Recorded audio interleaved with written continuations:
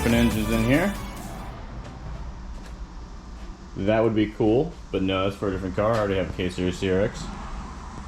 That's for a different car. This I don't even know if I'm going to put in anything, but I do have a potential plan for it.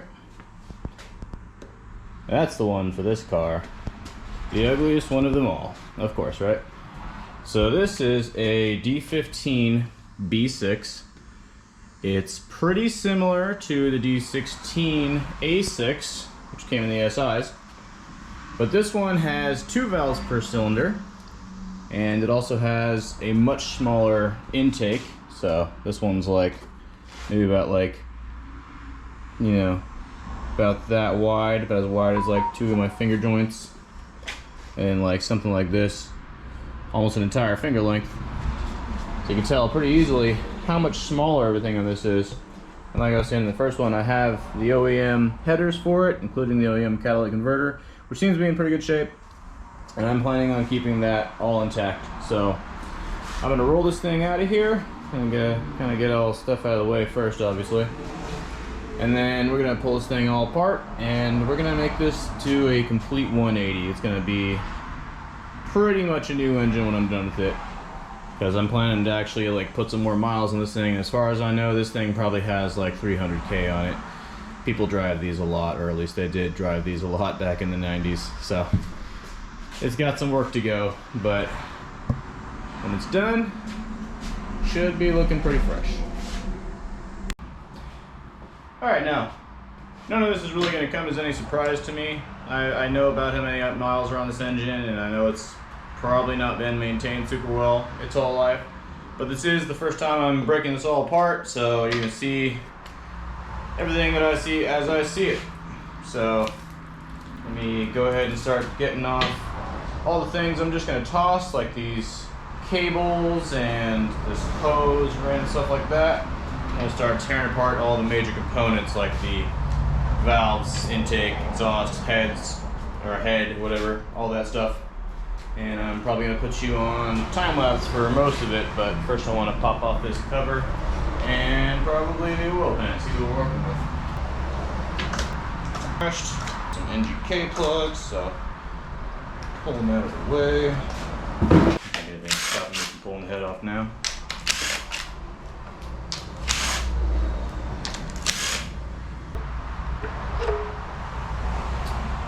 Okay, yeah.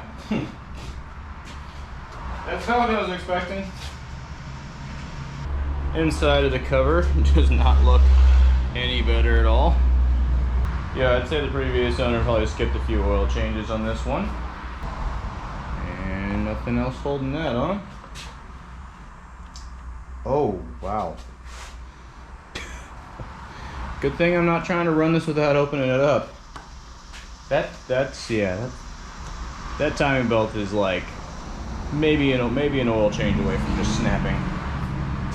This is not easily bolted on, so I'm just gonna remove it. Just had one nut holding it on. Yep. I'll get that out of the way. I'd like to get this wire harness out of the way if I can. I don't think pretty much any of it's connected. I think I'll call that good enough until I get the intake manifold off. It'll be a lot easier to move after that anyway.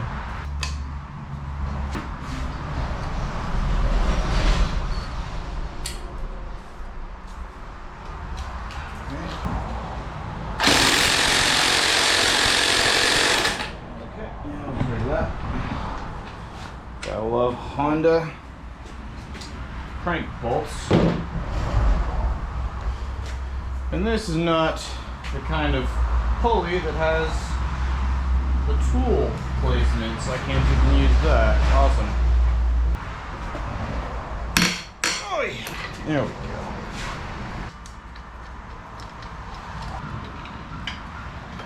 There we go.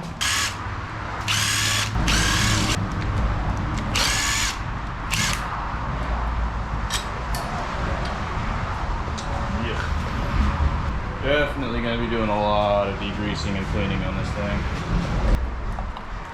Alright. Let that not happen.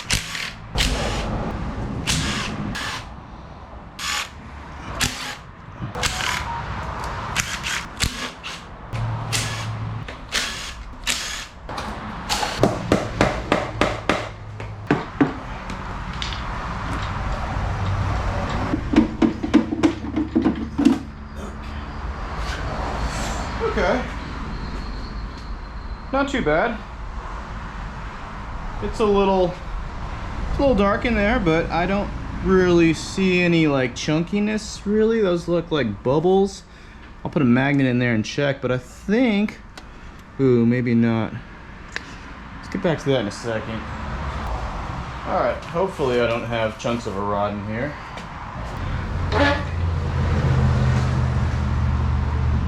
Roll this off.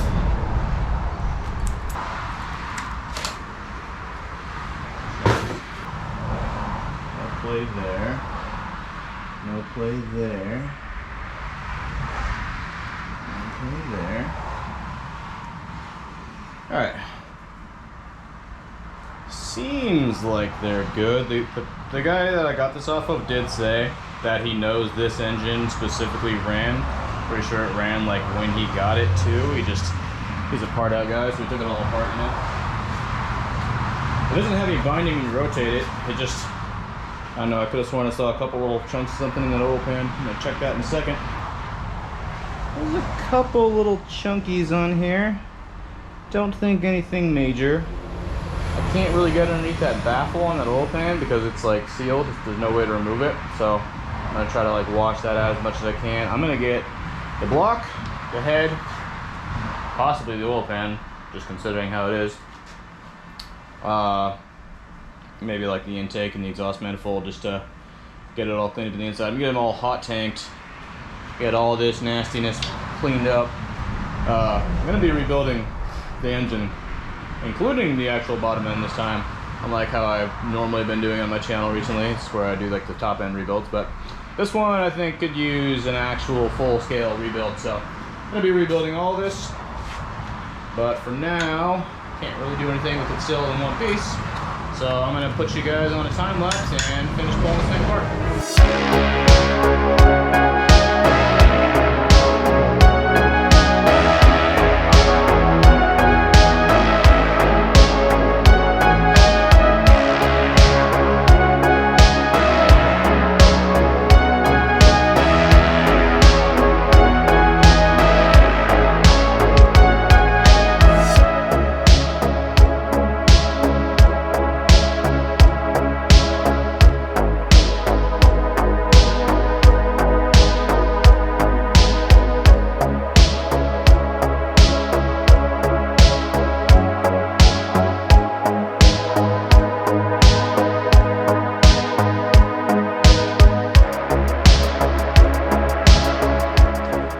Got all the head bolts off, everything else disconnected. There's just like one bracket down here that I want to take off before I start disassembling the whole lower end, but got to pull the head off. Figured I would slow it down for you guys to see.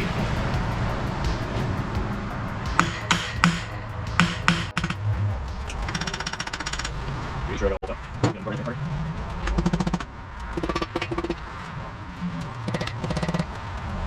That holds in.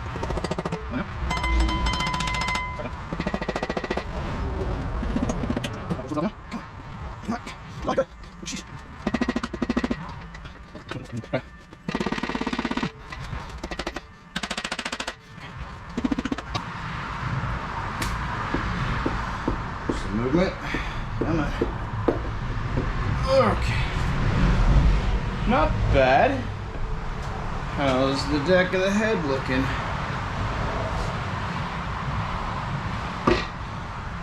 Also, not really bad. This is kind of concerning. Never mind. Okay, that's good. Okay. I don't think any of these valves are showing signs of being dented. I'm going to pull this head gasket off too, but let me put this over here for a sec so I can get it out of the way. That thing did not want to come off. Okay. Yeah. Got a considerable amount of corrosion stuff all up inside the walls.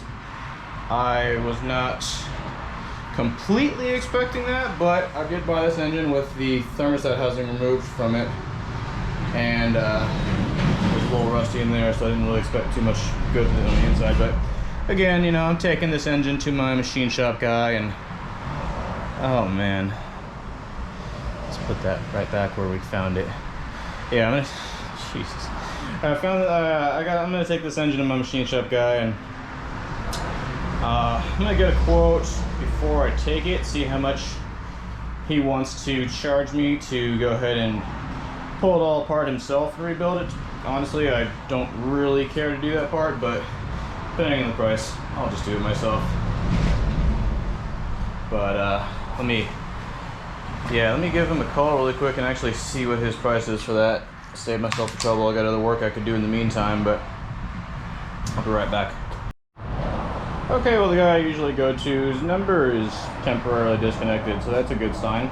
I think I'm gonna go ahead and just start pulling this thing apart. Honestly, the walls don't really have much wear at all. There's like a little bit of a ledge right here that I'm not so sure about, but I'm probably still gonna get the block itself machined, but I can do all the clearancing and stuff myself, so I'm probably gonna pull it all apart, take the block to the machine shop and get it deeply cleaned, hopefully treated for rust too if they can do that, and have these walls kind of rehoned properly, because they do have a little bit of a ledge right here. Otherwise, basically perfect. And yeah, we'll go from there.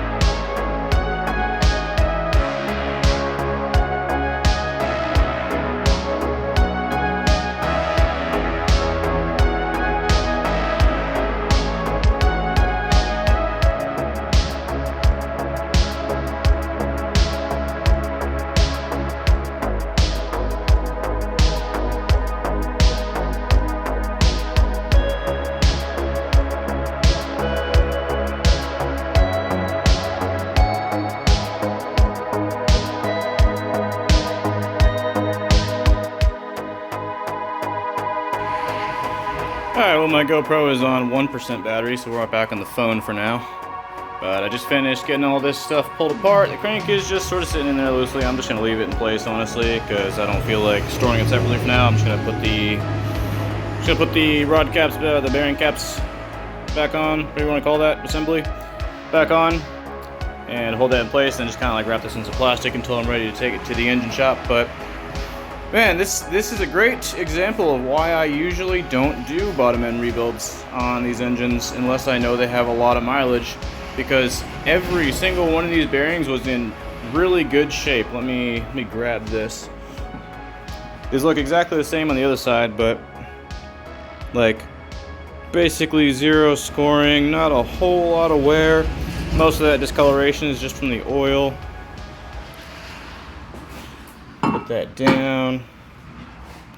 The thrust washers or bearings, pretty much the same thing going on with them. You know, just a tiny amount of wear, a little bit of discoloration, otherwise pretty much perfect. All of the rod bearings, just about the same. These are a little worse off. They do have more wear, so I don't feel quite as much like I'm, you know, wasting good bearings or anything like that.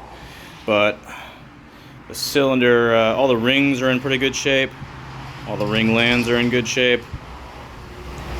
The pistons themselves, a little bit of discoloration on the top, but not nearly as bad as I was expecting. They've all got good play in the wrist pin. And don't worry, I'm keeping them in order. And pretty much everything's just identical across the board, so there's nothing, no crazy, unusual, out of the ordinary things going on. Everything's very consistent. The worst part, honestly, about the actual like combustion chamber stuff is that there is not a whole lot of, you can't really see any cross hatching anymore. So these cylinder walls definitely need to be honed, and there is a little tiny bit of a ledge you can kind of catch with your fingernail from where the rings would have landed. So definitely gonna need to get these pistons, or I mean these cylinders, kind of treated by a machine shop. Obviously, probably gonna get the engine. Obviously, gonna be hot tanked. Get all this nasty stuff off of it. Pull all the sensors off first, you know. Get this absolute mess cleaned up, and I'm probably gonna have them deck the block just a little bit, just to kind of make it flat. So I don't have to put too much work into that and worry about that. Gotta have them hone out the cylinders for me, or the cylinders.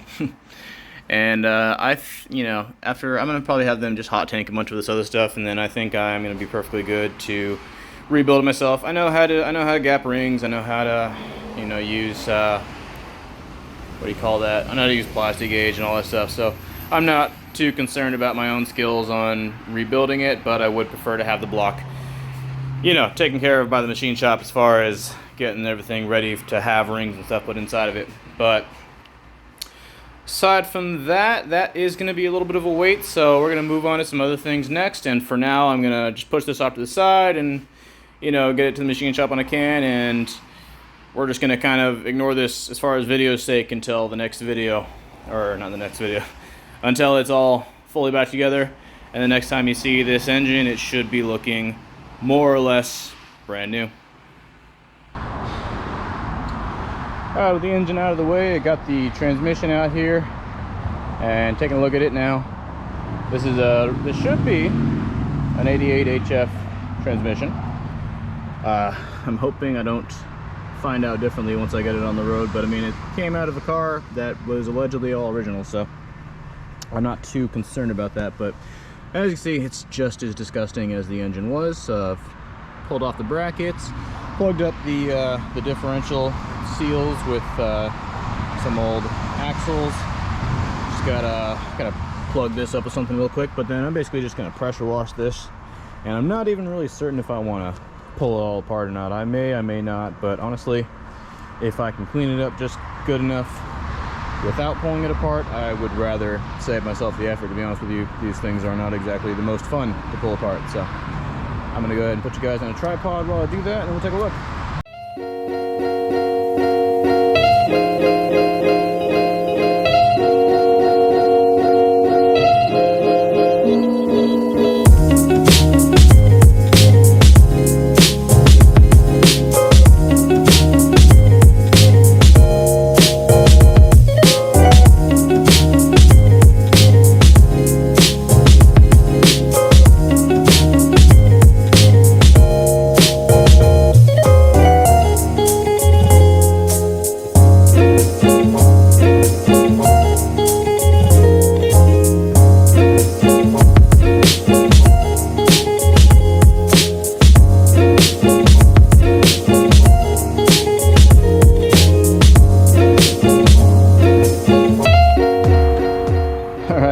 Exactly sure how much of that you guys were actually able to see, thanks to the fact that turns out when you use a pressure washer at 4,000 psi, it tends to spray water everywhere, including on the camera you're using.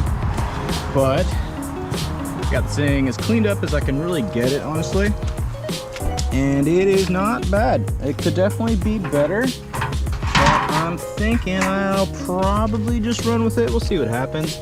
I could definitely try to degrease some of this. It's still a little bit like just stained brown in places like this, and I pressure washed the crap out of this and it didn't really do much at all, except for, you know, get the main layer of grease off. But the color is just sort of, you know, it's just sort of the way it is. So if I wanted to make this any better, I'd have to take it to a place to get it like chemically or physically cleaned with like glass bead blasting, or like